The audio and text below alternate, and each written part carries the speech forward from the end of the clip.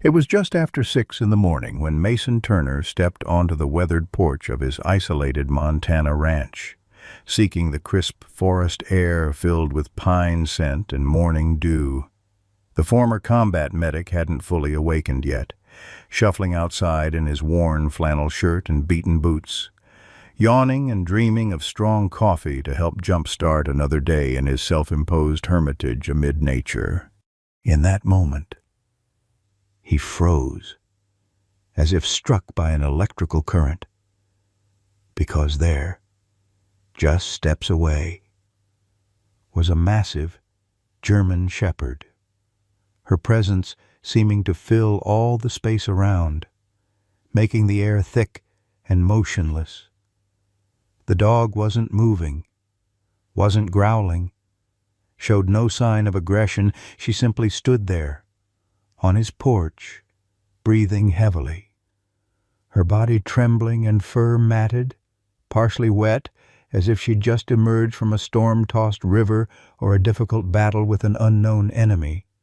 2 years had passed since Mason had treated any living being, not since he'd failed to save his best friend on that blood-soaked Afghanistan battlefield, a failure that had driven him to this forgotten corner of Montana, away from medicine, away from responsibility, away from the possibility of ever failing someone who counted on him again. What struck him most were the eyes of this animal, dark, wet, almost human eyes, from which tears seemed to flow, running down her face in small rivulets like a broken faucet. And only then did he notice that clutched in her gentle mouth was the limp body of a German shepherd puppy, its limbs hanging loose and head lolled to one side, showing no signs of life. When Mason's gaze shifted to the military tags partially visible beneath the mother's thick fur collar tags, bearing the insignia of his former unit, his blood ran cold. Leave a like and share your thoughts in the comments along with the city you're watching. From now, let's continue with the story. Pinewood. Montana had always been defined by its relationship with the surrounding wilderness, a small town of barely 2,000 souls nestled between imposing mountains and the ancient forest that gave the town its name. Mason had chosen this place precisely for its isolation, for the silent indifference of nature that matched his own desire to disappear. His ranch sat at the edge of town, a 20-minute drive down a rutted dirt road that discouraged casual visitors. The modest cabin and 3 acres had once belonged to his grandfather, a man Mason had barely known, but whose desire for solitude he now perfectly understood. Inside, the cabin reflected its occupant's sparse furnishings arranged with military precision. No photographs on the walls. Nothing personal except a locked wooden box on the mantel that held his medals and the dog tags of the friend he couldn't save. At 42, Mason's face carried the weathered lines of someone who had seen too much. His once military posture remained, but now slouched slightly, as if perpetually carrying an invisible weight. The townspeople had mostly stopped trying to engage the strange veteran who only came to town for supplies once a month, speaking as little as possible to anyone. Only Sheriff Hank Wilkins, himself a Vietnam veteran, occasionally broke through Mason's isolation with brief visits justified as security checks, but understood by both men as something else, a lifeline Mason pretended not to need. Before Afghanistan, Mason had been different. As a combat medic with the 8th Mountain Division, he'd had a reputation for calm under fire, for hands that never shook, for saving men who by all rights should have died. He'd had a wife then too, Catherine, who had supported his military career until the miscarriage in his 3rd deployment. The baby they lost, and the distance his trauma created had broken them. The divorce papers arrived 3 months after he buried his best friend, Sergeant David Wells. Dr. Sarah Mitchell was the town's only veterinarian, a woman whose quiet competence had earned the community's respect after she arrived 5 years ago. Mason had spoken to her exactly once, when he first moved in and needed vaccine records for the county. Something in her eyes had suggested she recognized the ghosts he carried, but she'd never pushed, and he'd been grateful for her silence. Mason's heart hammered against his ribs as he slowly backed inside, never taking his eyes off the mother shepherd who, to his astonishment, took several cautious steps behind him before gently, with almost human tenderness, placing her puppy directly on the wooden floor of his porch. Then she stepped back, sat on her haunches, and stared at him, unblinking, as if waiting for something he couldn't yet understand. Against every instinct of self-preservation, every story about wild dogs attacking people, every warning from the local rangers, Mason knelt before the motionless puppy. It looked so small, barely the size of a medium cocker spaniel, with protruding ribs and dried blood on one ear. When he was almost certain the pup was dead, its chest trembled almost imperceptibly, a movement so slight he might not have noticed if he hadn't been scrutinizing it with such tension. He looked up at the mother dog, who continued to stare at him with a kind of unsettling, conscious expectation, and the words came out on their own before he had time to think. "I'll try. Okay, I'll try to help him." The dog didn't move from her spot, as if understanding his every word and with his heart ready to jump out of his chest.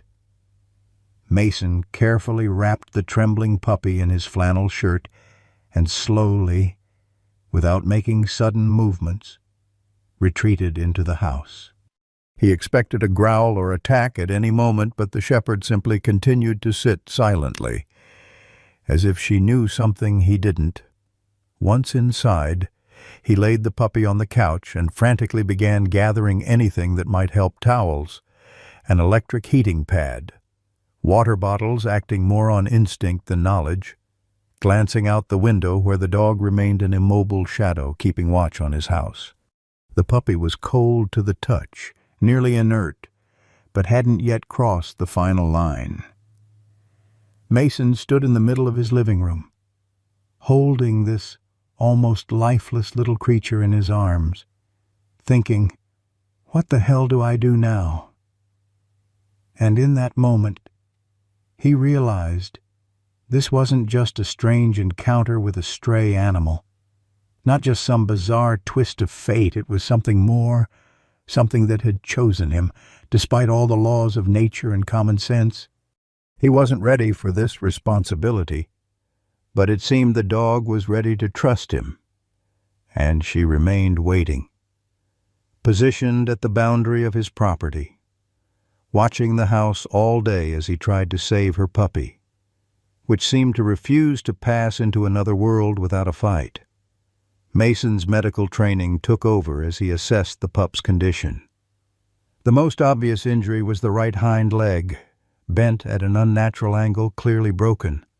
Several puncture wounds marked the puppy's neck and abdomen, looking disturbingly like bite marks from a much larger animal. But the most concerning was the infection. The wounds were inflamed, hot to the touch, with telltale streaks of red spreading outward. "You need antibiotics, little one," Mason whispered, his voice hoarse from disuse. His hands shook as he cleaned the wounds with hydrogen peroxide, the same hands that had once performed emergency surgery under enemy fire. Now unsteady at the thought of treating this small life. Each time the puppy flinched or whimpered, Mason felt a strange mixture of sorrow and hope-pain responses meant the nervous system was still functioning. By midday, his living room resembled a makeshift veterinary clinic, blankets on every surface, towels piled high, the heating turned to maximum, and a German shepherd puppy lying right in front, bandaged like a newborn with one paw sticking out. He'd managed to set and splint the broken leg using materials from the emergency kit he'd kept but never thought he'd use again. Outside, a low growl sounded, and Mason looked out the window again. The mother hadn't moved an inch. She was still sitting there, her massive body motionless but her eyes following every movement, every shadow of the house. He cracked open the door slightly and said in a low voice, "He's still with us. Barely. But he's fighting." She didn't answer. Of course. Didn't growl. Just took a deep breath as if understanding the meaning of his words. Mason returned inside and sat on the floor beside the puppy. Gave it more water with honey, and this time it licked more clearly, trying to taste the sweet liquid, a small but definite progress. After another hour of careful monitoring, Mason knew he needed help. The puppy needed real medicine, proper veterinary care. With trembling fingers, he pulled out the rarely used phone and dialed the only veterinarian in Pinewood. "Dr. Mitchell's veterinary clinic," a woman's voice answered. "This is Mason Turner," he said, his voice rough from lack of use. "I have a German Shepherd puppy with severe injuries. The mother brought it to my porch. She's still here, waiting outside. I need help." After a long pause filled with disbelief, Sarah finally spoke. "Are you sure you haven't been drinking?" "Mason?" The question carried no judgment, only professional concern. "No, damn it. I'm completely serious, and I don't have time to explain. What can I do to save his life?" Mason's voice cracked with an urgency he hadn't felt in years. Another pause. Then she sighed and began giving clear instructions. "Keep him warm. Check for open bleeding. No solid food yet. Only liquid. You can make a honey and water solution and give it drop by drop. I'll be there as soon as I can finish this emergency C-section on the Reynolds mare." 90 agonizing minutes passed before the sound of tires on gravel announced Sarah's arrival. The mother shepherd retreated to the shadow of a pine tree, but didn't flee, continuing to watch from a safe distance. Sarah's expression shifted from professional skepticism to wide-eyed surprise when she stepped onto the porch and saw the dog watching them. "Oh my God, you weren't kidding," she murmured, clutching her medical bag tighter. Inside, her professional demeanor returned as she knelt beside the puppy, now wrapped in clean towels on Mason's couch. "Male, approximately 3 months old," she noted clinically, examining each wound with gentle, practiced hands. "These aren't random injuries, Mason. This pup was deliberately harmed. These are fighting wounds. Someone's been training dogs against puppies." Her voice hardened with barely controlled anger. She administered antibiotics, properly cleaned and bandaged the wounds, and inserted an IV line for fluids. "He's severely dehydrated. The infection is bad, but we caught it in time." Her eyes met Mason's. "You did good work here. I'm surprised you remembered so much field medicine." "Some things you don't forget," Mason replied quietly, turning away from the unspoken question in her eyes. "The mother dog, may I see her?" Sarah asked, packing her supplies. Mason hesitated. "She won't come inside. She's been watching from the tree line since you arrived." Sarah moved to the window, studying the German Shepherd intently. "She's not feral. Look at her posture, her awareness. That's a trained dog." She squinted. Does she have a collar?" Mason hadn't noticed in the initial shock, but now he could see it, a dark band nearly hidden in the thick fur around the dog's neck. "She does. Couldn't see it with all the mud and blood." "We need to check that collar," Sarah said. "It might tell us who she belongs to." "She's not getting near this puppy again if she belongs to the people who did this," Mason said firmly, surprising himself with the protectiveness in his voice. Sarah's expression softened. "I don't think she did this, Mason. I think she rescued him." The mother shepherd remained wary as Mason slowly approached her with a bowl of water and leftover stew. He set them down 10 feet away and backed off. She watched him. Then the food. Then back to him. There was an intelligence in her gaze that Mason recognized the same calculating assessment he'd seen in military working dogs in Afghanistan. "It's okay," he said softly. "No one will hurt you here." The dog approached cautiously, first drinking thirstily, then eating with controlled restraint, not the desperate gulping of a starving stray. As she finished, Mason slowly extended his hand, palm up, non-threatening. "Let me see what you've got there, girl." To his surprise, she stepped forward, allowing him to touch her neck. His fingers found the collar, caked with mud, as he gently brushed it clean. His breath caught. Embedded in the leather was a metal tag, and even before he fully uncovered it, he recognized the shape, a military dog tag, modified for canine use. K9 Athena 8 MTN 45372 was stamped into the metal, alongside the insignia of the 8th Mountain Division Mason's former unit. "Athena," he whispered, memories flooding back. The shepherd's ears perked up at the name, her eyes fixed on Mason's face with new intensity. "You're Athena, Campbell's dog from 2nd Platoon." Sarah had joined him, keeping a respectful distance. "You know this dog?" Mason nodded slowly, his mind racing. "She was a patrol dog with my unit in Afghanistan, specialized in explosive detection and personnel defense." His hand trembled as he stroked Athena's head, receiving a soft whine in response. "But she was decommissioned 2 years ago after her handler was killed, sent back stateside for adoption through the military working dog program. Then how did she end up here in Montana injured and with a puppy that's been abused?" Sarah asked, the professional detachment in her voice giving way to genuine concern. "That's what I'd like to know," came a deep voice from behind them. Sheriff Hank Wilkins stood at the edge of the property, hand resting casually near his holstered sidearm. "Got a call about dangerous dogs at your place, Turner?" Mason straightened up. "Not dangerous. Injured. This is Athena, a retired military dog, and her puppy's inside, barely alive."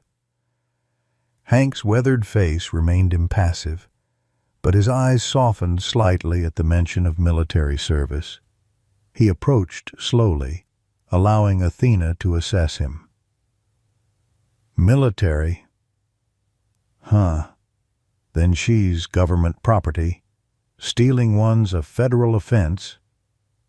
"She wasn't stolen," Mason said sharply. "She was adopted out. Something happened after that." Hank studied Athena, noting the scars visible through her dirty fur, the ribs showing despite her muscular build. "Looks like she's been through hell." He sighed heavily. "Ben Redford called it in. Said he spotted a vicious German shepherd heading toward your property this morning. Claimed it attacked his hunting dogs last week." Sarah and Mason exchanged glances. Ben Redford owned the largest hunting lodge in the county, a man with political connections and a reputation for breeding aggressive hunting dogs. "That's not possible," Sarah said carefully. "This dog has been severely undernourished for weeks, and the puppy someone's been using it for training fighting dogs. These aren't injuries from normal dog encounters." Hank's radio crackled with the weather report: major snowstorm approaching, expected to hit tomorrow evening, possibly cutting off the more remote properties for days. Mason felt the pressure of time bearing down. The puppy needed ongoing care. Athena needed protection. And now Redford's accusation hung in the air like a threat. "I'm keeping them here," Mason said, an unfamiliar resolve hardening his voice. "This dog saved my life in Afghanistan more than once. I'm not abandoning her or her puppy now." "You might not have a choice," Hank warned quietly. "But I'll hold Redford off for 24 hours. Figure something out by then, Turner." As the sheriff departed, dark clouds gathered on the horizon, both the approaching storm and something more ominous. Mason watched as a black pickup truck drove slowly past his property, the driver's face hidden behind tinted windows, but the intent clear in the vehicle's deliberate pace. Dawn broke with golden light filtering through the frost-covered windows of Mason's cabin. He hadn't slept. Spending the night monitoring the puppy's breathing and keeping the IV line that Sarah had left functioning properly, Athena had finally consented to come inside as temperatures dropped overnight. Though she maintained a watchful position by the door, alternating between checking on her puppy and scanning the windows for threats. "You remember me, don't you, girl?" Mason murmured, offering her a gentle hand. Athena leaned slightly into his touch, a gesture of trust that felt monumental. In the soft morning light, with her face cleaned of mud and blood, Mason could see the distinctive white blaze on her chest that confirmed beyond doubt this was the same dog he'd known in Afghanistan. His mind wandered back to those dust-choked days when Sergeant Campbell would lead Athena through the village pathways, her disciplined gait and alert eyes providing a sense of security the soldiers desperately needed. She had saved their patrol once by detecting an IED buried in a culvert, and once by alerting to an ambush before the hidden insurgents could open fire. Campbell had loved that dog-like family, often saying she understood him better than most humans. Campbell's death had hit the unit hard. A routine patrol, a hidden sniper, nothing Athena could have detected in time. The dog had refused to leave his body, requiring 2 soldiers to physically remove her. Mason remembered now how she'd looked that day, the same devastated expression she'd worn yesterday on his porch with her injured puppy. "I never knew what happened to you after they sent you home," Mason told Athena as she rested her head on her paws, eyes never leaving her puppy. "Campbell always said you'd hate retirement, said you were born to work, born to protect." The puppy stirred, whimpering softly in pain despite the medications. Athena was instantly alert, moving to gently nuzzle her offspring. Mason checked the splint on the broken leg, relieved to find no fresh bleeding. The antibiotics seemed to be working. The angry red streaks had receded somewhat from the puncture wounds. "We need to get more supplies," Mason decided, speaking aloud to Athena as if she understood every word. "And I need to figure out what's going on. Who had you? How did you end up here?" A decision crystallized in his mind. He would need to go into town. The thought filled him with familiar dread.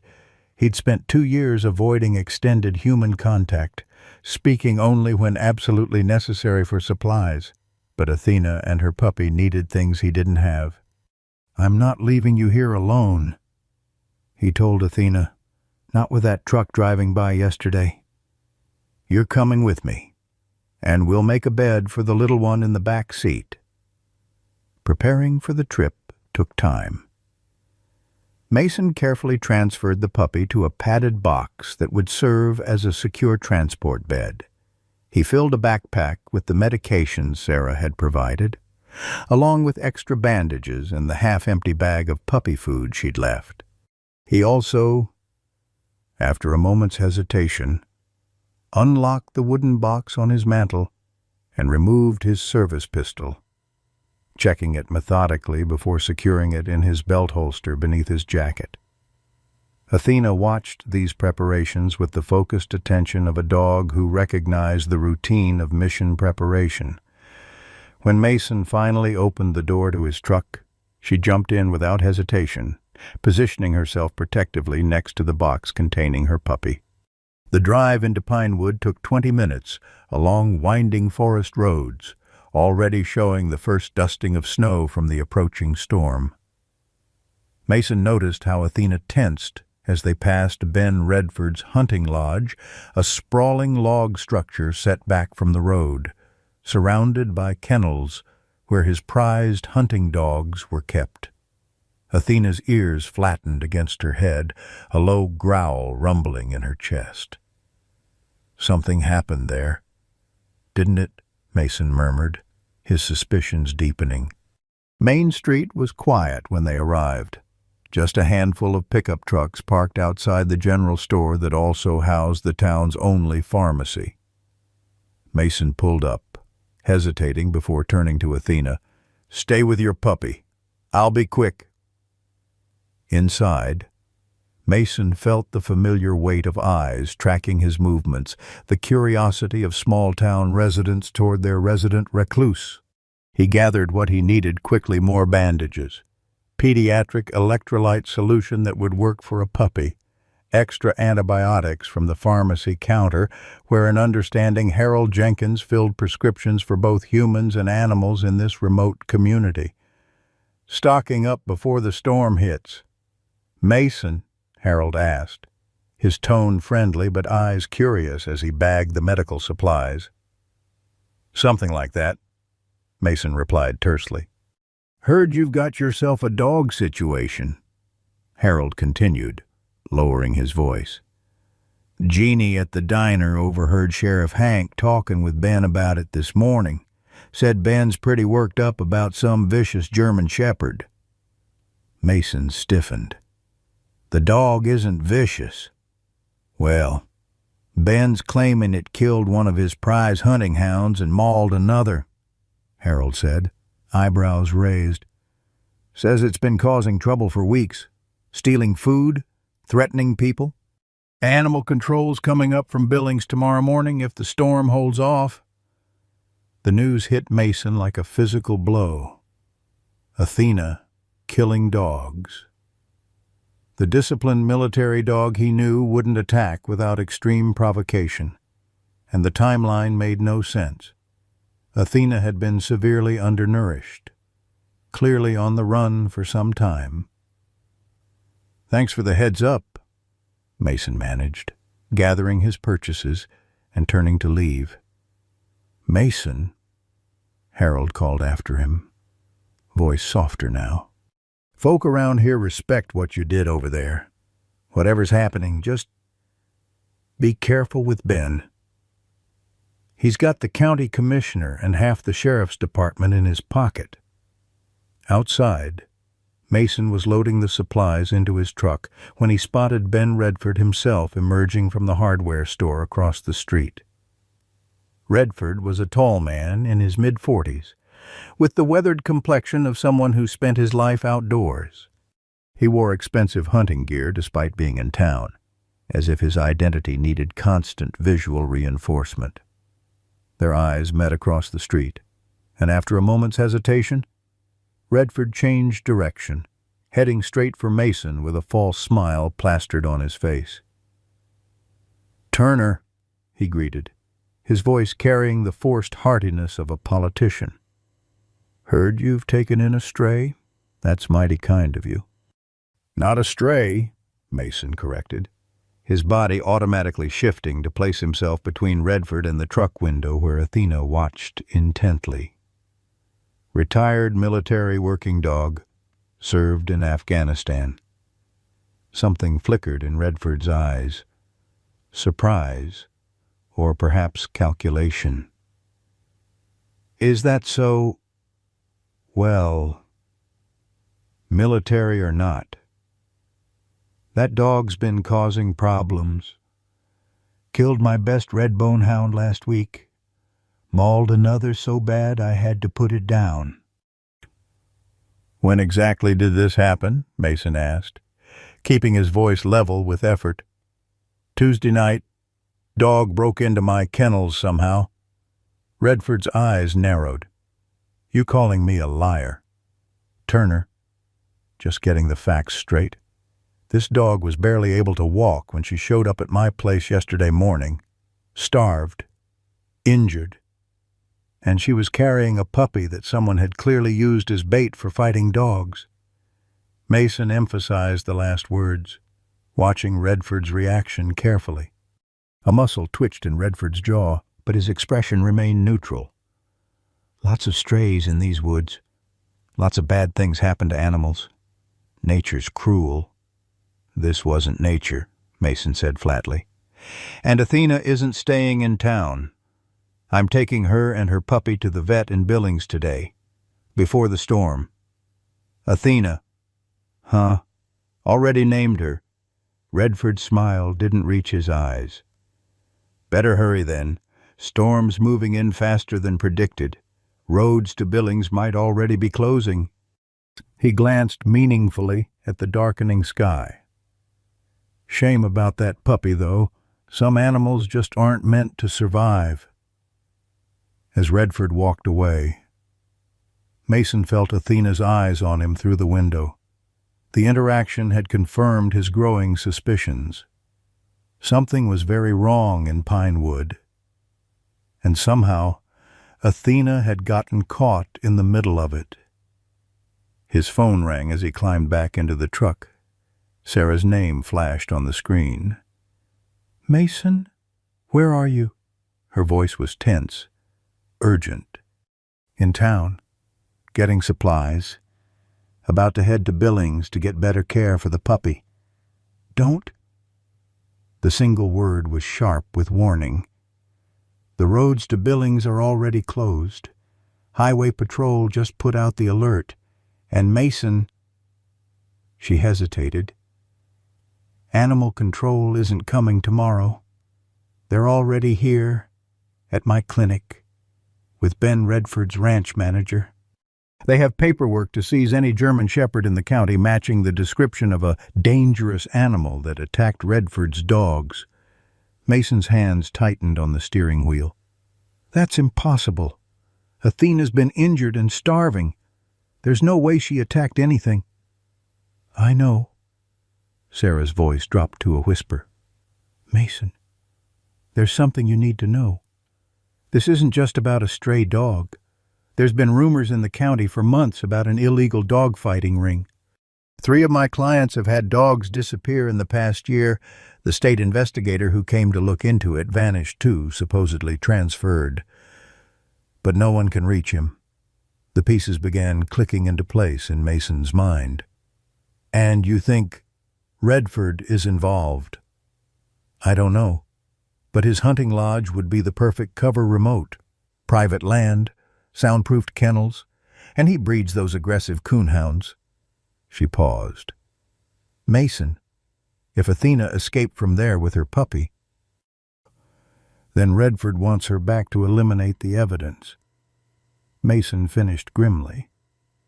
And he's using Animal Control to do it legally. They'll be looking for you, coming to your property next. Mason made a quick decision. I'm not going home. Do you have somewhere safe we could go? Somewhere they wouldn't look? Sarah hesitated before answering. My clinic has a back building used to be isolation kennels for contagious cases. It's not used anymore since I renovated. No one goes back there. We'll meet you there in 20 minutes. Back entrance. Mason. Sarah's voice caught. Be careful. These people, they're dangerous. As Mason started the truck, he noticed a black pickup parked further down the street, the same one that had driven past his property yesterday. The windows were tinted, but he could make out two figures inside, watching him. He pulled out carefully, trying to appear casual while scanning for other potential surveillance. "We've got trouble, Athena," he told the dog quietly. "But they're not getting you or your puppy. Not while I'm breathing." Athena's ears perked forward at his tone, her posture straightening with alertness. It was the stance Mason remembered from Afghanistan, a dog ready for mission parameters, awaiting instructions. Despite everything, he felt a strange calm settling over him, a familiar focus he hadn't experienced since leaving the military. The puppy whimpered softly in its box as Mason drove through town, deliberately taking a circuitous route to check for followers.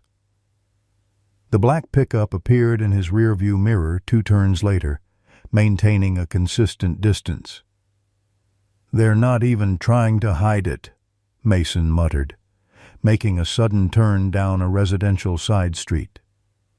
The pickup followed. Reaching the outskirts of town, Mason faced a choice: head directly to Sarah's clinic and potentially lead their pursuers straight there, or attempt to lose them first on the Forest Service roads he knew well from his solitary explorations. He chose the latter, abruptly turning onto a narrow dirt road that twisted up into the pine-covered hills above town. The truck lurched on the uneven surface, causing the puppy to whine in distress. Athena immediately leaned over the seat to check on her offspring, her body tense with protective instinct. "It's okay, girl. We're going to keep him safe," Mason promised, pushing the truck faster as the road narrowed and snow began to fall more heavily, the approaching storm accelerating beyond the forecasts. In his rearview mirror, the black pickup struggled on the increasingly slick surface, falling behind but still pursuing. As the first heavy snowflakes began to obscure his windshield, Mason felt a strange clarity cutting through 2 years of numbing isolation. For the first time since Afghanistan, someone needed him, not just anyone, but Athena, who had saved his unit multiple times. Now it was his turn to save her. The Forest Service road narrowed as it climbed higher into the mountains, bordered by dense pines whose branches hung heavy with fresh snow. Mason's truck fishtailed on a sharp curve, the back tires briefly losing traction before he corrected, drawing on winter driving skills honed through years of Montana living. In the passenger seat, Athena braced herself against the door, her eyes alternating between the treacherous road ahead and the puppy in his makeshift bed behind them.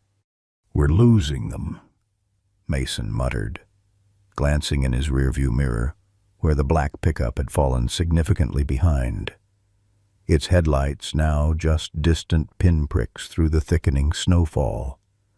The storm was intensifying far faster than predicted, thick flakes now shifting to genuine whiteout conditions that would soon make these remote roads impassable. His phone buzzed with an incoming call from Sarah. He answered on speaker, keeping both hands on the wheel as the truck navigated another sharp bend. "Where are you?" Sarah's voice was tight with anxiety. "The storm's accelerated. They're closing all county roads in 30 minutes. Forest Service road up past Elkhorn Ridge," Mason replied. "Someone's following a same truck that was watching my place yesterday." "Don't come to the clinic," Sarah said immediately.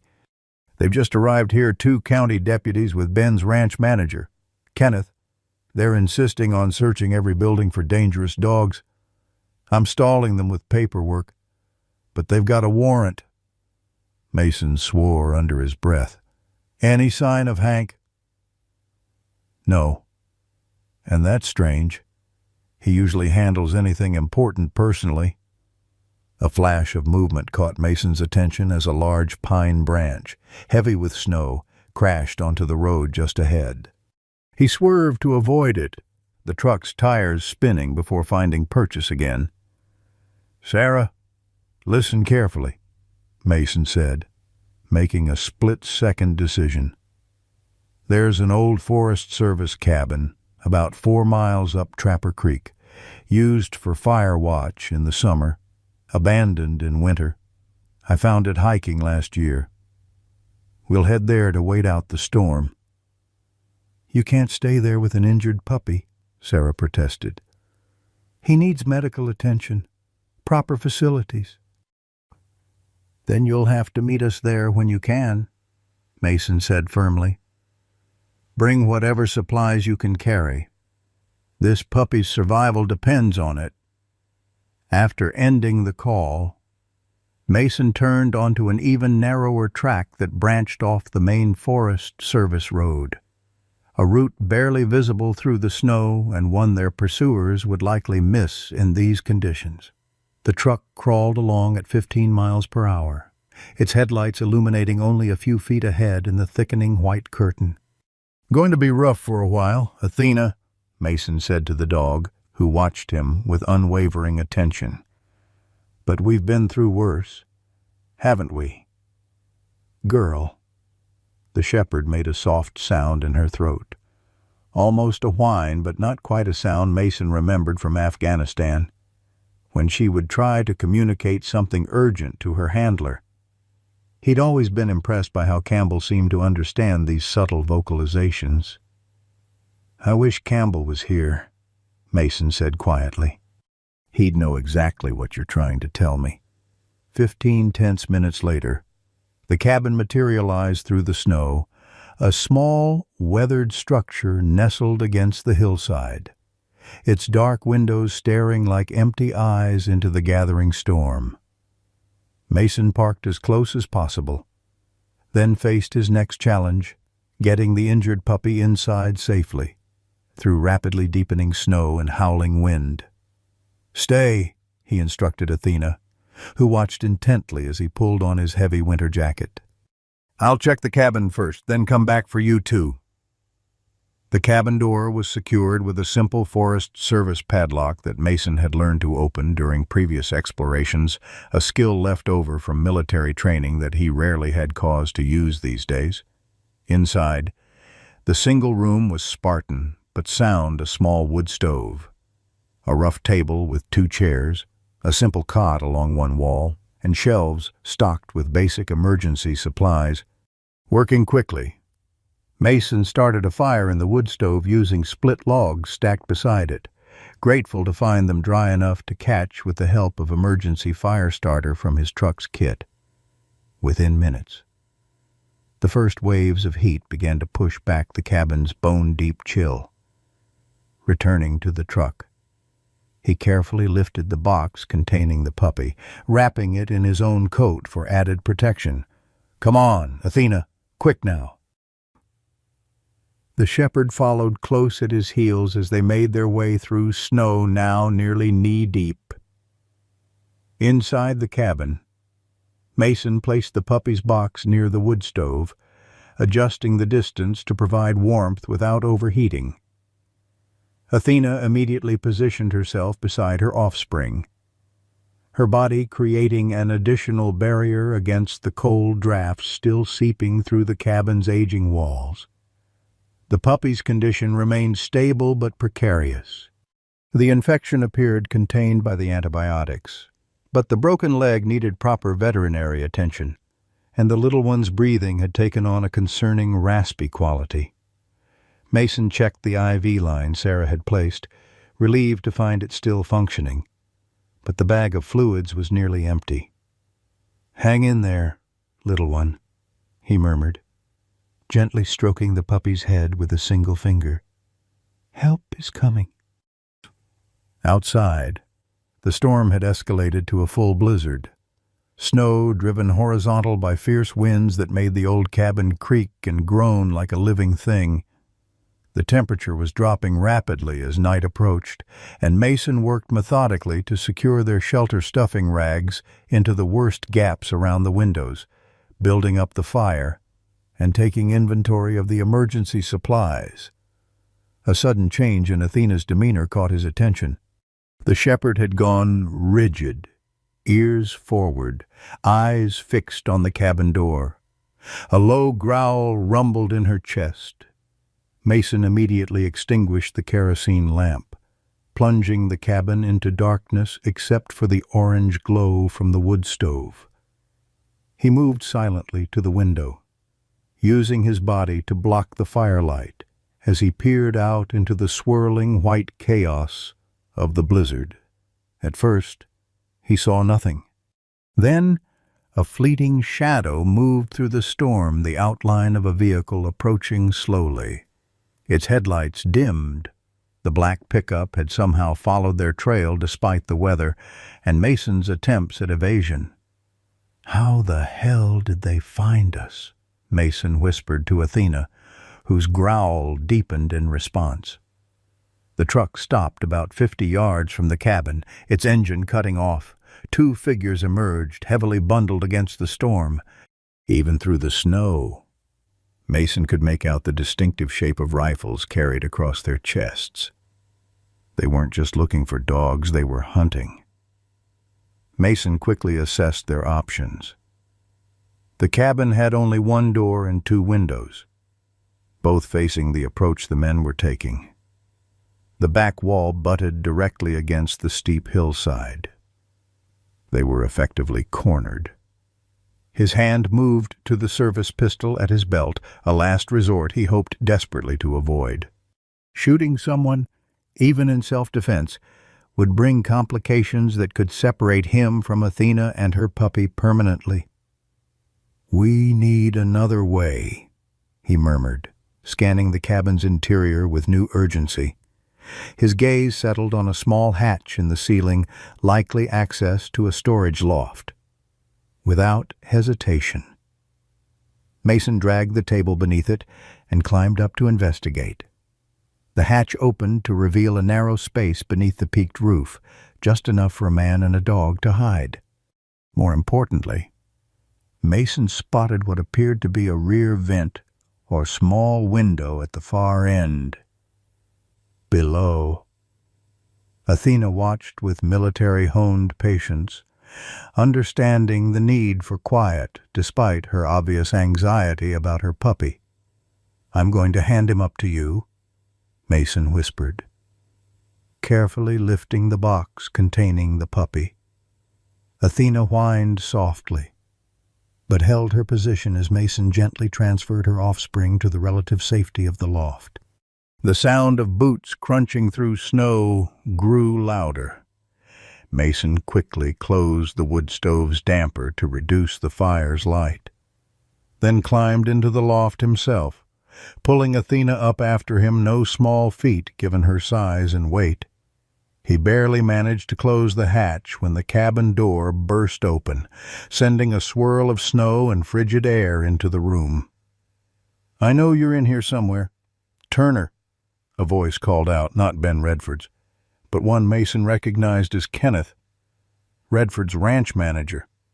"We tracked your phone signal before you went off-grid. Just give us the dogs and you can walk away from their hiding place."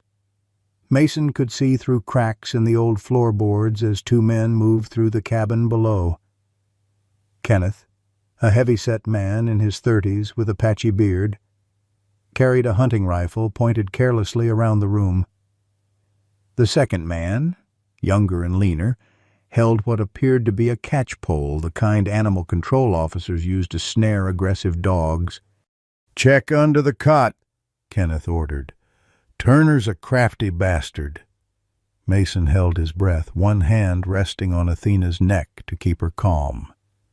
The injured puppy lay motionless in its box, as if understanding the need for absolute silence. "Place is empty," the younger man reported after a cursory search. "But the stove's still warm. They haven't been gone long," Kenneth cursed, kicking over one of the chairs in frustration. They must have spotted us and kept moving. Call Redford. Tell him we need the snowmobiles. They can't have gotten far in this weather on foot." As the men conferred, Mason carefully examined the vent he'd spotted at the far end of the loft. It was small, too small for a grown man, but perhaps just large enough for Athena. Through the gaps in the weathered wood, he could see that it opened onto the steep hillside behind the cabin, away from where the men had parked. A plan began forming in Mason's mind, desperate and risky, but possibly their only chance. He would create a diversion, drawing the men away from the cabin while Athena escaped with her puppy through the rear vent. His military training and knowledge of the terrain might give him enough advantage to evade pursuit long enough for the storm to cover their tracks below. The men were preparing to leave, their conversation revealing more of what Mason had suspected. "Redford's going to be furious," the younger man said. "That military dog was supposed to be the main event next weekend. High Roller from Billings already put down 50 grand to see her fight." "It's the puppy I'm worried about," Kenneth replied. "That runt's got unique genetics sired by Champion, out of a military-trained female. Redford already sold futures on the next generation of fighting dogs from that bloodline." Mason's blood ran cold at the confirmation of his suspicions. Athena had been stolen from her adoptive home after decommissioning, forced into a breeding program for illegal fighting dogs. Her puppy, the runt of the litter perhaps, deemed too weak for fighting but valuable for breeding, had likely been used as bait to train other dogs. Explaining his injuries. The cabin door slammed shut as the men exited, their voices fading into the howling wind. Mason waited several tense minutes to ensure they weren't returning before shifting toward the rear vent. "Okay, girl," he whispered to Athena. "New mission." Working carefully in the confined space, Mason removed the rotted wood around the vent, enlarging it enough for Athena to squeeze through. Beyond was a steep, snow-covered slope leading into dense trees, difficult terrain, but navigable for a dog of Athena's abilities. The puppy's box would never fit through the opening, however, which meant Mason would have to transfer him to something smaller. Removing his thick flannel shirt despite the cold, Mason fashioned a makeshift sling that could hold the puppy against Athena's body. It was far from ideal for an injured animal, but their options were rapidly diminishing. "You need to take him and go," Mason told Athena, looking directly into her intelligent eyes. "Find Sarah. You remember her smell. The woman who helped your puppy." Athena's head tilted slightly, ears fully alert as she processed his words.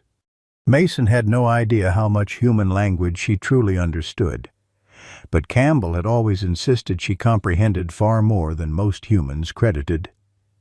"I'll draw them away," Mason continued, securing the sling carefully around Athena's torso and gently transferring the puppy into it. "Keep him warm. Keep him safe." Outside, the sound of engines roared to life, not the truck, but the higher-pitched whine of snowmobiles. Their window of opportunity was closing fast. Mason took a final moment to check the puppy's position in the sling, ensuring the splinted leg wasn't compressed. Then he looked into Athena's eyes once more. "Find Sarah," he repeated firmly. "Go." With remarkable gentleness for such a powerful animal, Athena squeezed through the enlarged vent, disappearing into the swirling snow beyond. Mason watched until she vanished completely into the white darkness, silently praying that Campbell had been right about this extraordinary dog's intelligence and training. Then he climbed down from the loft, drew his pistol, and prepared to create the diversion that might give Athena and her puppy their only chance at survival. The snowmobile's headlights carved twin tunnels through the blinding white as Mason trudged purposefully away from the cabin, leaving deliberate tracks leading in the opposite direction from Athena's escape route. The wind howled around him, every gust threatening to knock him off balance as he pushed deeper into the forest, his military-honed instincts guiding him through the near-zero visibility. A shout behind him confirmed his plan was working. They'd spotted his tracks and were following. Mason quickened his pace, ducking behind a massive pine just as the first snowmobile roared past. He caught a glimpse of Kenneth's bearded face, features hardened with determination, and something darker, the look of a man who would not return empty-handed. Mason continued his strategic retreat, leading his pursuers in a winding path away from both the cabin and the direction Athena had taken. His breath formed frozen clouds before his face, lungs burning with each inhale of frigid air. The cold was becoming a threat in itself, without his flannel shirt, sacrificed to make the puppy's sling. The bitter wind cut through his remaining layers like knives. The second snowmobile appeared suddenly on his left, the driver, the younger man from the cabin, raising his arm and pointing directly at Mason. With no other choice, Mason broke into a run, plunging through knee-deep snow toward a ravine he remembered from his solitary explorations. If he could reach it, the steep sides would be impassable to snowmobiles, giving him a chance to double back. As he ran, his mind remained fixed on Athena and her puppy. Had they made it to safety? Was the puppy still alive in this brutal cold? The maternal devotion he'd witnessed in Athena over the past 24 hours gave him hope she would protect her offspring at all costs, just as she had protected her military unit in Afghanistan. The pursuing snowmobiles split up, attempting to flank him. Mason reached the edge of the ravine just as Kenneth's machine crested a small rise, the headlight illuminating him in its glare. Without hesitation, Mason threw himself over the edge, sliding and tumbling down the steep slope through powder snow that partially cushioned his descent. He landed hard at the bottom, the impact driving the air from his lungs. Pain lanced through his left ankle, not broken, he thought, but badly sprained. Above, Kenneth killed his engine, the sudden silence more menacing than the mechanical roar had been. "You're making this harder than it needs to be. Turner," Kenneth's voice echoed down the ravine, "those dogs are property, valuable property." Mason didn't respond, dragging himself toward the shelter of an overhanging rock, his injured ankle leaving a telltale trail in the snow. "We're not the bad guys here," Kenneth continued, his voice carrying clearly in the momentary lull between wind gusts. "That military bitch attacked one of our handlers, killed 2 prize dogs. She's dangerous, needs to be put down humanely. The pup we can save, he's got good bloodlines." The lie was so transparent Mason would have laughed if the situation weren't so dire. Athena, with her military discipline and training, would never attack unprovoked. The story was clearly fabricated to justify recapturing her and to provide cover for the darker truth of the dog-fighting operation. Snow continued to fall heavily, rapidly filling in Mason's tracks and providing some cover as he limped along the ravine bottom. His ankle throbbed with each step, but he pushed forward.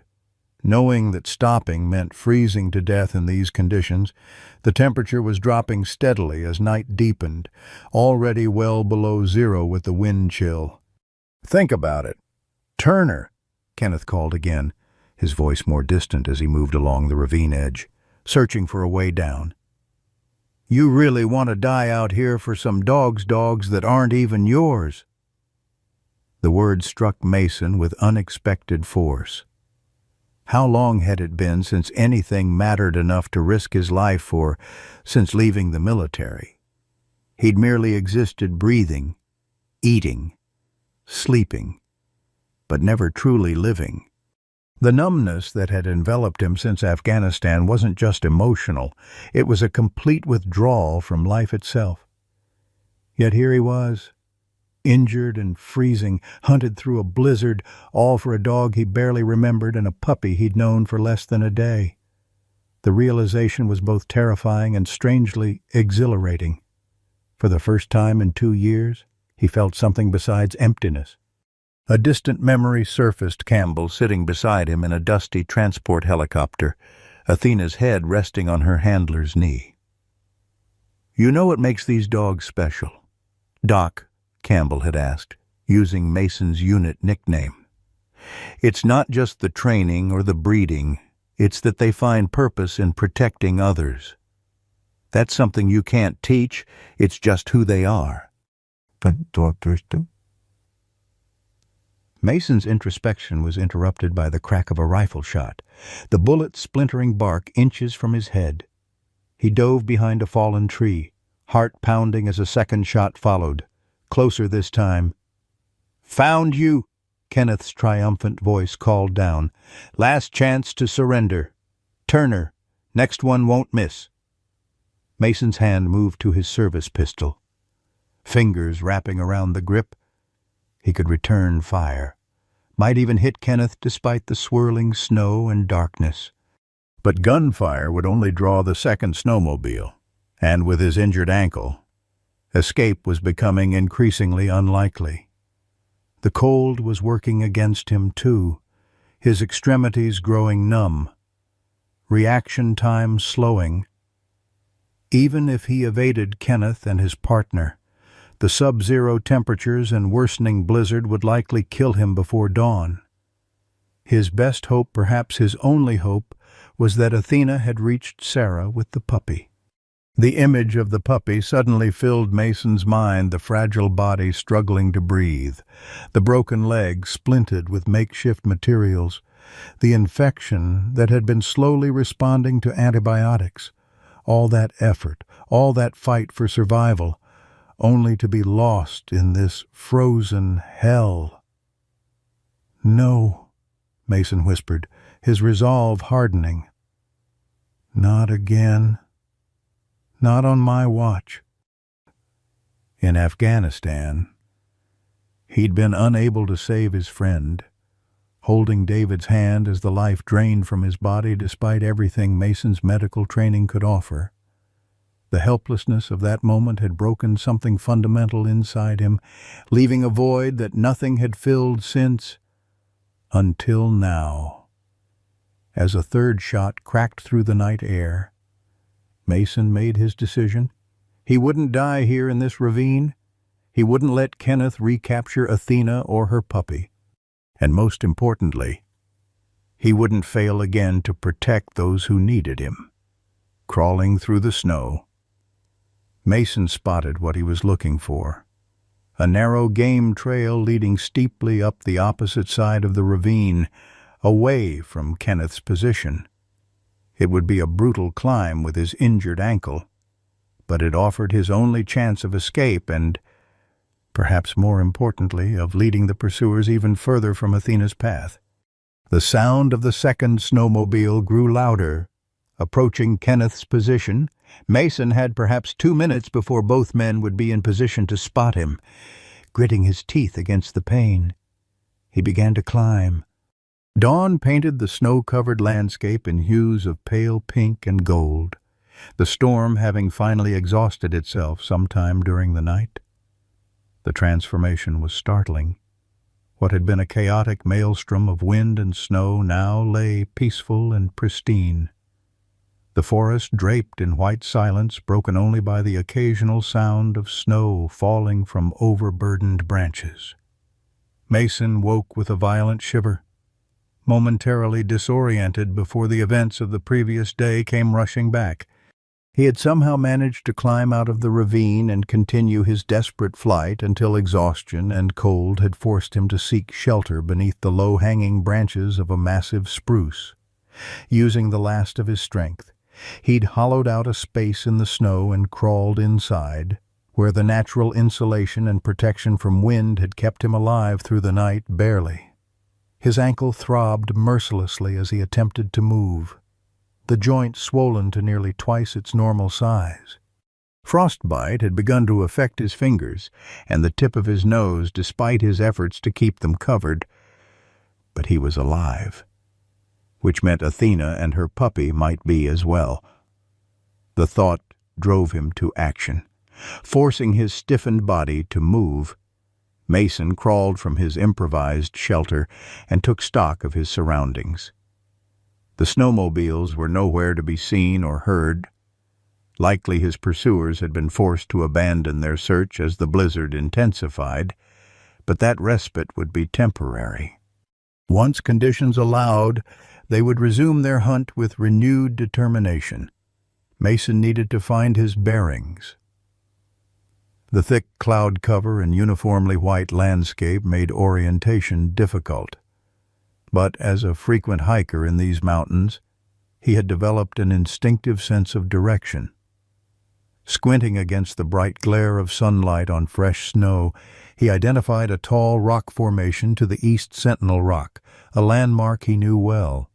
From there, he could determine the most direct route to Sarah's veterinary clinic. Progress was agonizingly slow with his injured ankle. Mason fashioned a crude walking stick from a fallen branch. But even with its support, each step sent spikes of pain shooting up his leg. The pristine snow was cruelly deep, often reaching above his knees, forcing him to physically lift his injured leg with every step forward. "One more step," he muttered through cracked lips, adopting the mantra that had gotten him through grueling training exercises in the military. Just one more step. As the morning advanced, the temperature rose slightly, bringing both relief from the killing cold and a new problem. His tracks became more defined in the softening snow, creating a clear trail for anyone who might be searching for him. Mason altered his course periodically, taking advantage of rocky outcroppings and fallen trees where his footprints wouldn't show. By midday, exhaustion and pain had reduced his world to a narrow focus. Place the walking stick, drag the injured foot forward, shift weight, repeat. So concentrated was he on this elemental rhythm that he nearly missed the sound, a mechanical growl that didn't belong to the winter forest. Mason froze, straining his ears. The sound came again, clearer now, an engine. But not the high-pitched whine of snowmobiles, something larger, more powerful, following the noise. He limped to the edge of a small rise and carefully peered over. Below, a large snowcat, the heavy-duty tracked vehicle used for grooming ski slopes and accessing remote areas in deep snow, was making its way steadily up the mountain road Mason had been paralleling. Through the windshield he could make out two figures, a man driving, and beside him, unmistakably, Sarah. Mason's first instinct was to call out, wave his arms, anything to attract their attention. But caution held him back. What if this was a trap? What if Sarah had been forced to help Kenneth and his partner search more effectively? The risk was too great to take without more information. The snowcat continued its slow progress up the road, eventually stopping about 100 yards from Mason's position. The driver's door opened, and Mason tensed, ready to retreat if necessary. But it was Sarah who emerged, followed by a man Mason had never expected to see in this situation, Ben Redford himself. Mason watched in confusion as the two stood beside the vehicle, apparently scanning the surrounding forest. There was no sign of weapons, no aggressive posturing, only what appeared to be genuine concern as Sarah cupped her hands around her mouth and called out, "Mason, Mason Turner, if you can hear me, it's safe to come out." Still, Mason hesitated. Ben Redford's presence made no sense. According to everything he'd learned, Redford was behind the dogfighting operation, the man who wanted Athena and her puppy recaptured at any cost. Why would he now be helping in what appeared to be a rescue mission? The answer came in the form of movement from the back of the snowcat. The rear door opened, and a familiar German shepherd bounded out into the snow, Athena, alert and apparently unharmed. Behind her, more cautiously, emerged another man holding what looked like a pet carrier. Mason's breath caught in his throat. If Athena was comfortable around these people, if she had willingly led them here, decision made. Mason struggled to his feet and called out hoarsely, "Sarah, up here!" All heads turned in his direction, Athena's ears perking forward at the sound of his voice. With a short bark that seemed almost joyful, she plunged through the deep snow, making her way rapidly up the slope toward him. Sarah and the others followed more slowly, forced to stick to the clearer path alongside the road. Athena reached him first, pushing her head against his hand in greeting, her entire body quivering with what could only be described as relief. Mason sank to his knees, the pain in his ankle forgotten as he buried his face in her thick fur. "You made it," he whispered. "Good girl. Athena. Good girl." By the time Sarah reached them, tears were streaming freely down Mason's face from pain, exhaustion, and an overwhelming emotion he couldn't quite name. "The puppy," he managed to ask, voice cracking. Sarah knelt beside him, her medical training immediately evident as she assessed his condition with quick, practiced movements. "Alive," she answered, relief plain in her voice. "Still critical, but stable. We've got him on proper IV antibiotics and pain management. Dr. Rennett is a specialist in canine orthopedics. He's in the snowcat with your puppy." "Not my puppy," Mason corrected automatically, though even to his own ears the protest sounded hollow. "Mason," Sarah said carefully, her hands pausing in their examination of his frost-bitten fingers. "There's a lot you don't know about what's been happening. Ben isn't who you think he is." As if on cue, Ben Redford approached, keeping a respectful distance that acknowledged Mason's likely suspicion. The man looked different somehow. The arrogant bluster Mason had observed in town was gone, replaced by a watchful alertness that seemed more authentic. "Turner," Redford acknowledged with a slight nod. "You've been through hell, from the looks of it. Let's get you down to the snowcat before we talk. You need medical attention." Mason tensed, looking between Sarah and Redford with undisguised suspicion. "Your men tried to kill me last night." "Not my men," Redford replied grimly. "Though they were using my name and reputation, which was exactly what they were supposed to do." Before Mason could process this cryptic statement, the third man approached older, with silver-streaked hair and glasses, carrying the pet carrier with professional care. "Dr. Mitchell, this puppy really can't stay out in these temperatures much longer, even in the carrier. We need to get back to your clinic." Sarah nodded agreement. "Mason, please, I know you have questions, we all do, but right now, you need medical treatment, and the puppy needs to be in a controlled environment. Will you trust me? Please." The exhaustion, pain, and cold made the decision almost inevitable. With Sarah and the man she'd called Dr. Rennett supporting him on either side, Mason limped down to the snowcat, Athena following at his heels like a protective shadow. Inside the heated vehicle, Mason got his first look at the puppy since their separation the night before. The little German shepherd lay in a proper veterinary carrier, connected to an IV line and wrapped in thermal blankets. Despite the professional medical setup, the puppy looked worse than when Mason had last seen him, his breathing more labored, his small body occasionally trembling with what might have been pain or fever. The infection's proven resistant to the first round of antibiotics, Dr. Rennett explained, noting Mason's concerned expression. We've switched to a broader spectrum drug, but he's fighting an uphill battle.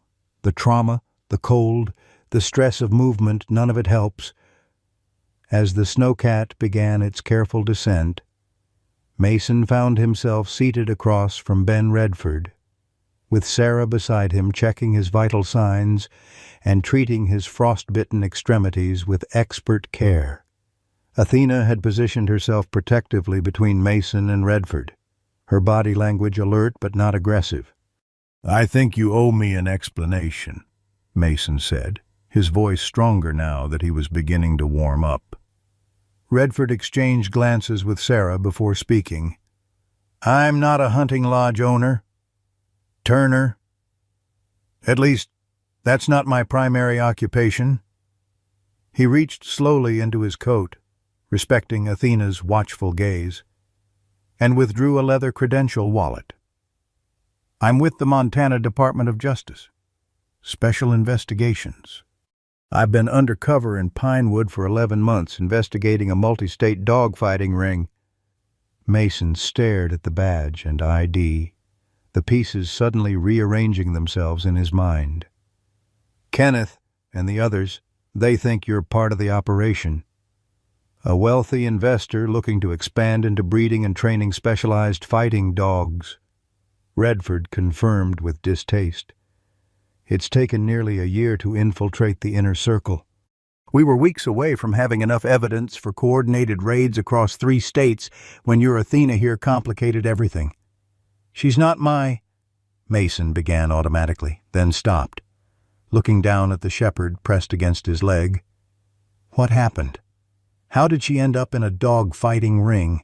Sarah answered, her voice tight with suppressed emotion. "From what Ben has pieced together, Athena was adopted through the military working dog program by a family in Idaho. 6 months later, their property was burglarized and Athena was stolen along with several other valuable items. The thieves apparently had connections to this fighting ring, and when they discovered she was a trained military dog, they saw dollar signs," Redford finished grimly. "Trained military dogs are incredibly valuable in these circles. Their discipline, pain tolerance, and fighting capacity are legendary. They forced Athena to breed with their champion fighting dog, producing a litter of puppies they expected would combine military training genetics with fighting dog aggression." Mason looked at the carrier where the puppy lay, understanding dawning. But he was the runt. Too small. Too gentle-natured. Redford nodded. "Most of the litter showed the traits they wanted, but this little one, according to my sources, he wouldn't show aggression no matter what they did. Eventually, they decided to use him as bait, a training tool for their other dogs to practice on." The casual cruelty of it made Mason's stomach turn. "How did Athena escape?" "That's where the story gets interesting," Redford said. 3 nights ago, the training facility experienced what they described as a security incident. Athena somehow broke out of her kennel, something they didn't think was possible given the reinforced cages they use. She didn't just escape, though. She went directly to the area where they kept the bait animals, broke into that enclosure as well, and retrieved her puppy. Then she disappeared into the forest. Mason couldn't hide his amazement as he looked at Athena with new respect. The level of intelligence, determination, and planning such an escape would require was extraordinary, even for a highly trained military dog. But why bring him to me? Mason wondered aloud. She could have gone anywhere. Sarah and Redford exchanged another meaningful glance. "I have a theory about that," Sarah said carefully. "When Athena was first brought into the fighting operation, I was called to examine her. They told me she was a newly purchased breeding dog who needed vaccination updates." Mason stared at her in shock. You knew about the dog-fighting ring?" "Not at first," Sarah said, her expression pained. "By the time I realized what was happening, I was already compromised. They made it very clear that if I reported anything, my family back in Ohio would suffer the consequences. My niece's school schedule, my sister's daily routine, they knew everything. Mason, they left photos on my doorstep to prove it." "So you became their vet," Mason said, understanding, but still troubled. "I did what I could to help the animals without raising suspicion," Sarah replied, her voice tight with suppressed emotion. "Provided proper care, pain relief when possible. And I documented everything, every injury, every dog, every owner who brought them in. I was building my own case, planning to take it to the authorities when my family could be protected." "Which is how we eventually connected," Redford added. "Sarah approached me cautiously after noticing inconsistencies in my businessman cover. We've been working together for the past 3 months, compiling evidence, but that doesn't explain how Athena knew to find me," Mason pressed. Sarah took a deep breath. "When I examined Athena that first time, I noticed her military tags. I recognized your unit insignia, Mason. My brother served with the 8th Mountain Division too, though in a different company. I'd seen that insignia on his letters home. During the examination, I talked to Athena, just automatic veterinarian chatter to keep an animal calm. I mentioned your name, Mason. I said something like, 'You're a long way from Afghanistan, girl.' 'I know someone from your unit, Mason Turner. He lives around here too.'" Mason stared at her, the implications sinking in. "You think she remembered my name? Understood that I was nearby?" "Military working dogs are trained to remember dozens of specific commands, locations, and even names," Redford offered. "It's not outside the realm of possibility. When she escaped with her puppy, she needed somewhere safe to go," Sarah continued. "Somewhere with someone she might trust. If she understood that you were from her unit and lived nearby—" "She tracked me down," Mason finished, astounded. "From just your mention of my name and location. Dogs have been known to travel hundreds of miles to find their way home," Dr. Rennett commented from where he was monitoring the puppy. "Their navigational abilities are still not fully understood by science." Mason gently stroked Athena's head, a lump forming in his throat. "Campbell always said you were the smartest dog he'd ever known," he told her softly. "Guess he wasn't exaggerating." The snowcat had reached the main road now, its progress smoother and faster on the recently plowed surface. Through the windows, Mason could see they were approaching the outskirts of Pinewood, the small town looking like a Christmas card under its fresh blanket of snow. "Kenneth and his partner," Mason said suddenly, remembering the immediate threat. "They're still out there. They'll be looking for us for the dogs. That's our next priority," Redford agreed, his expression hardening. "Now that we know they're actively hunting for Athena and the puppy, we need to accelerate our timeline. I've already called in resources from the state office, but with the storm aftermath, it'll be at least 6 hours before they can get here."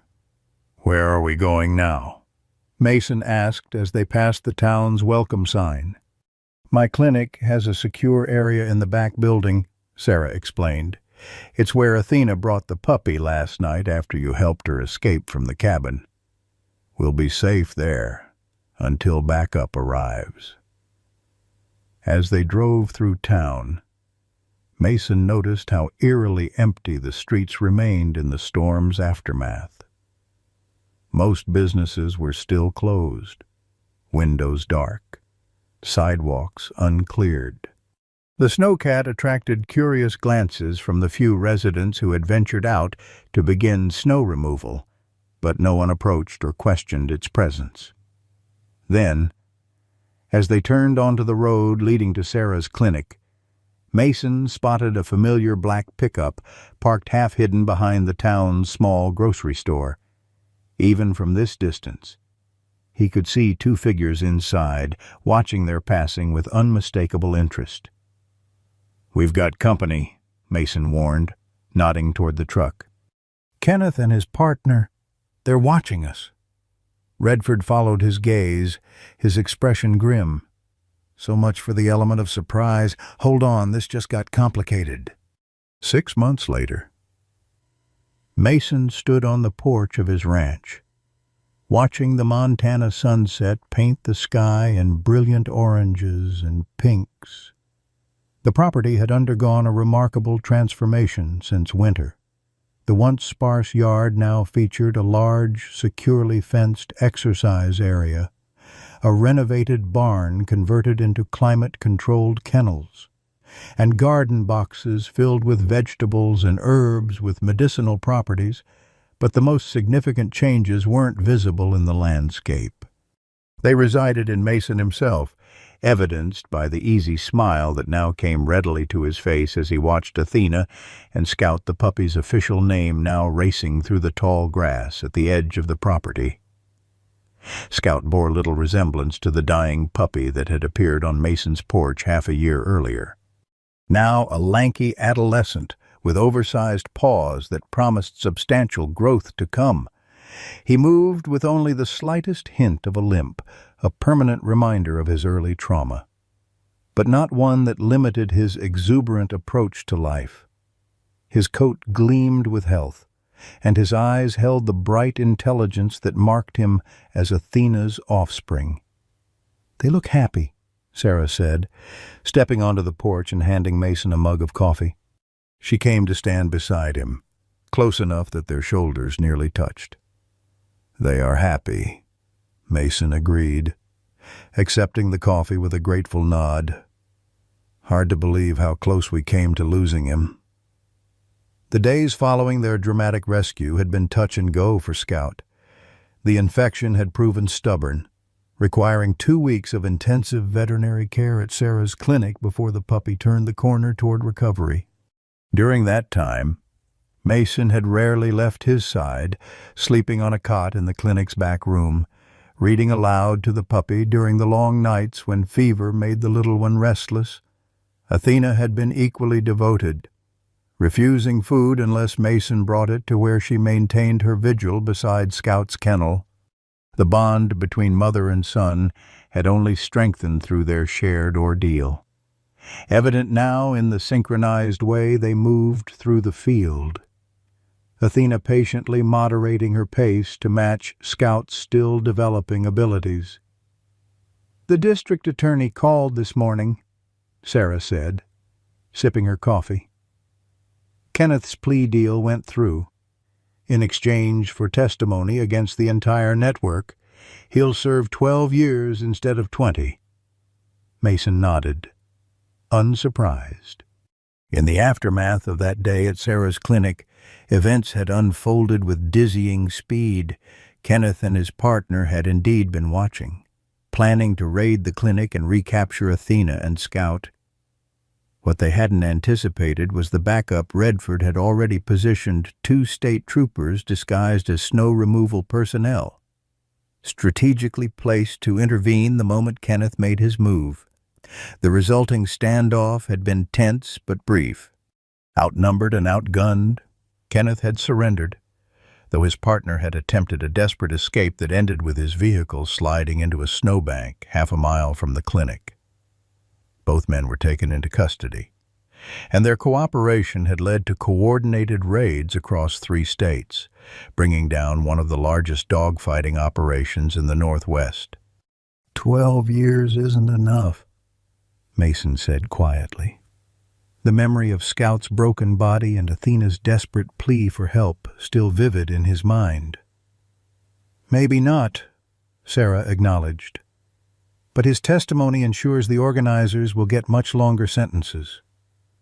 And the legislation we helped draft, the Campbell-Athena Act, Mason supplied, a hint of pride warming his voice.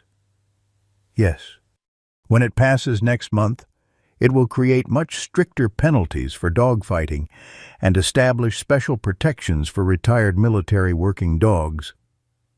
Sarah leaned slightly against the porch railing, her expression thoughtful. Your testimony before the State Judiciary Committee made a real difference. Mason, the chairman told me he'd never heard such a compelling case for treating these animals as the heroes they are. Speaking publicly about his experiences both in Afghanistan and during those desperate days with Athena and Scout had been one of the hardest things Mason had ever done. Years of self-imposed isolation had left him ill-prepared for the attention that followed the dramatic breakup of the dog-fighting ring. But with Sarah's steady encouragement and Athena's constant presence at his side, he had found the courage to share their story. First with investigators, then with legislators, and finally with other veterans struggling with their own return to civilian life. That last part had been unexpected, the way his story resonated with fellow veterans. What had begun as a single invitation to speak at the VA hospital in Billings had evolved into a formal program, Warrior Bonds, a therapeutic initiative that paired retired military dogs with veterans suffering from PTSD and other service-related trauma. Mason's Ranch now served as the program's headquarters, the renovated barn housing 6 rescued dogs currently in training to become support animals. Each weekend, veterans from across Montana visited to work with the dogs, learning the same lessons Mason himself had discovered, that healing sometimes came not from looking inward, but from reaching outward to help another wounded soul. Sheriff Hank called too, Sarah continued, breaking into Mason's reflections. He's finally making good on his promise to bring those elementary school kids out to meet Athena. 20 third-graders arrived Tuesday morning for the safety demonstration. Mason groaned theatrically, though his eyes betrayed his amusement. 28-year-olds at once. Are we sure Athena is ready for that kind of chaos? Athena could handle 50 of them without breaking a sweat. Sarah laughed. It's you I'm worried about. Your social skills have improved, but that's a lot of small humans with endless questions. I'll manage, Mason assured her, surprised to find he actually meant it. 6 months ago, the prospect of hosting 20 children would have sent him retreating deeper into isolation. Now, it felt like just another opportunity to share Athena's remarkable story and perhaps inspire a new generation to understand the deep bonds possible between humans and animals. Their companionable silence was interrupted by the arrival of a familiar truck coming up the long driveway, Ben Redford's Forest Service vehicle, freshly marked with his recently revealed true affiliation, Montana Department of Justice. After the successful operation against the dog-fighting ring, Redford had been promoted and reassigned to head a new task force focused on animal crimes statewide. Right on time, Sarah noted, checking her watch. I'll get the files from inside. As she disappeared into the house, Mason descended the porch steps, whistling for Athena and Scout. Both dogs immediately responded, racing toward him with synchronized joy. Scout's awkward adolescent gait no hindrance to his enthusiasm. "Evening, Turner," Redford called, climbing from his truck with a friendly wave. The month since their dramatic first meeting had transformed initial wariness into genuine respect between the two men. "How's our celebrity canine family doing today?" "Scout had his final orthopedic check yesterday," Mason reported as the dogs reached them, Athena maintaining perfect discipline while Scout danced excitedly around Redford's legs. "The specialist says he's exceeded all expectations. The limp will always be there, but it won't limit his quality of life." "That's great news," Redford said sincerely, kneeling to greet Scout with an affectionate ear rub that made the young dog's eyes close in bliss. "We were worried about him for a while there." The "we" wasn't just a figure of speech. After Scout's condition had stabilized, Redford had been instrumental in navigating the legal complexities surrounding the dogs. As evidence in an ongoing criminal investigation, both Athena and Scout should technically have been held in state custody. Redford's creative solution, designating Mason's Ranch as an official temporary state housing facility for the animals, had allowed them to remain together during the critical recovery period. When the trials ended 3 months later, Redford had gone a step further, arranging for Mason to officially adopt both dogs through a special provision of the Military Working Dog Retirement Program. The paperwork had arrived on Mason's birthday, presented by Sarah with quiet ceremony, official documents recognizing Athena's service record and honorable discharge into Mason's permanent care, along with legal adoption papers for Scout. "Sarah mentioned you had updates on the Idaho case," Mason asked as they walked toward the house, where Sarah waited on the porch with a thick folder. "Final confirmation came through this morning." Redford nodded. "The DNA samples from Athena match the records from the family she was originally placed with after military service. They're ecstatic she's been found safe." Mason felt a momentary tightness in his chest. "They'll want her back, I assume." "Actually, no," Redford said, his expression softening at Mason's obvious concern. "They've followed the story in the media, your story, Athena's story. When they learned about the program you've started here, about the work she's doing with other veterans—" He paused, glancing at Athena, who walked attentively at Mason's side. "They said she's found her true purpose, and they wouldn't dream of taking her from it." The relief Mason felt must have shown on his face, because Redford added with a small smile, "They did ask if they could visit sometime, see her in her new life. I told them I thought that could be arranged." "Of course," Mason agreed immediately. "They gave her a home when she needed one. They're part of her story, too." Inside, Sarah had spread the files across Mason's kitchen table photographs, veterinary records, and identity documentation for 27 dogs rescued during the multi-state raids. As the recognized experts in rehabilitation of fighting dogs, Mason and Sarah had been asked to evaluate each animal and make recommendations for their futures which could be safely adopted to families, which needed specialized training first, which might be candidates for the Warrior Bonds program.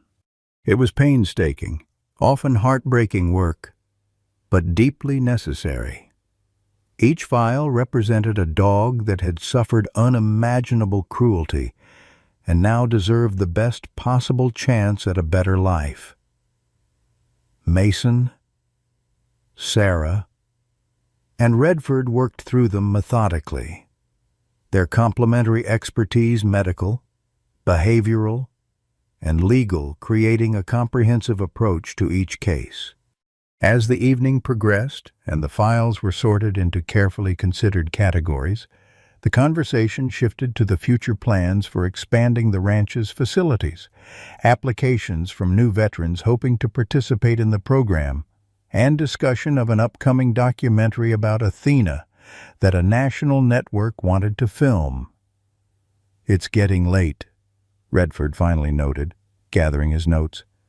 I should head back to town. Early flight to Helena tomorrow for the legislative session. After seeing him off, Mason and Sarah moved to the porch once more, watching the last light fade from the Montana sky. Scout had finally exhausted himself, curled up asleep on his special bed near the wood stove, while Athena maintained her customary alert position by the door, ever the vigilant guardian. I got a letter today, Mason said after a comfortable silence. From Catherine. Sarah looked at him with surprise. His ex-wife had not been a topic he discussed easily or often. Is everything okay? Yes. Mason nodded, still processing his own feelings about the unexpected correspondence. She saw the article about warrior bonds in the Seattle Times. Said she always knew I had more healing to offer the world. If I could just find my way back from what happened over there. He paused, his gaze distant. She's remarried, has a 2-year-old daughter named Lily. She sounds happy. And how do you feel about that? Sarah asked carefully.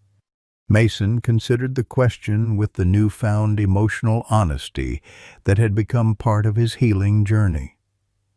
Good, he said finally, surprised to find it was true. She deserves happiness. We both do.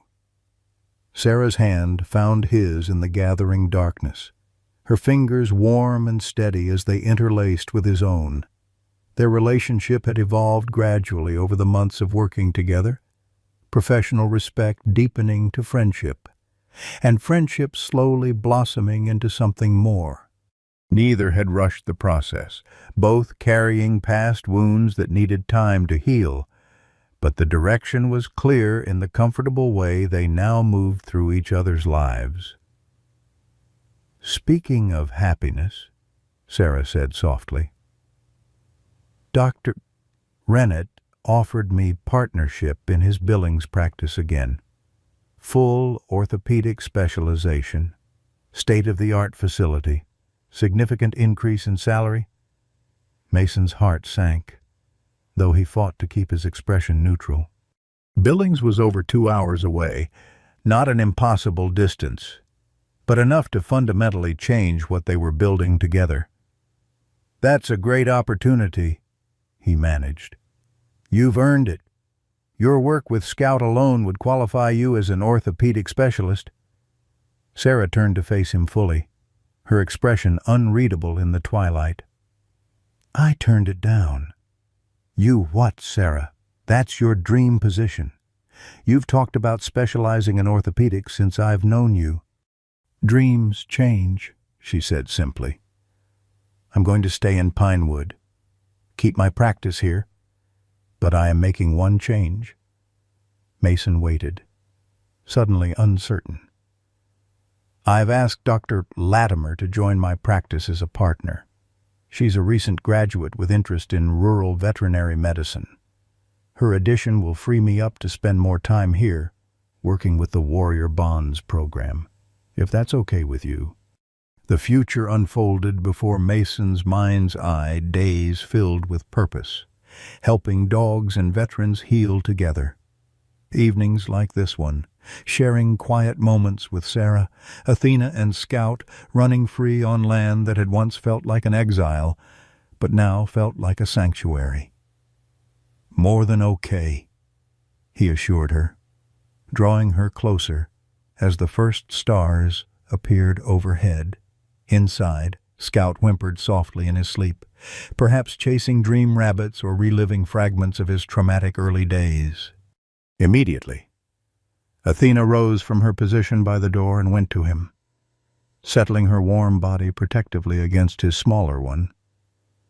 The puppy quieted instantly, comforted by his mother's familiar presence, secure in the knowledge he was safe, he was home, he was loved. Mason watched through the window, his throat tight with emotion. You know, he said quietly, I think Campbell was right about these dogs finding purpose in protecting others. But what he didn't tell me was how, sometimes, in saving them, we end up saving ourselves. When Mason Turner first saw that wounded German shepherd carrying her dying puppy to his doorstep, he was a shell of a man, isolated, broken by war, and merely existing. Many of us understand that emptiness, whether from loss, retirement, or watching our purpose slip away with age. What transformed Mason wasn't just saving Scout's life, it was rediscovering that we're never too damaged to matter again. Remember how it felt to be needed, to have skills that make a difference. When Athena trusted Mason with her most precious possession, she offered him more than responsibility. She offered redemption. We all carry wounds, visible and hidden. We've all failed someone, including ourselves. But Mason's journey reminds us that our scars don't disqualify us from purpose. They qualify us to understand others' pain. At 55, 60, or 68, we aren't finished. We're experienced. The wisdom earned through our hardest days might be exactly what someone else needs to survive theirs. Like those rescued dogs finding new purpose, we too can transform our deepest hurts into healing for others. It's never too late to matter again. It's never too late to find your Athena and Scout.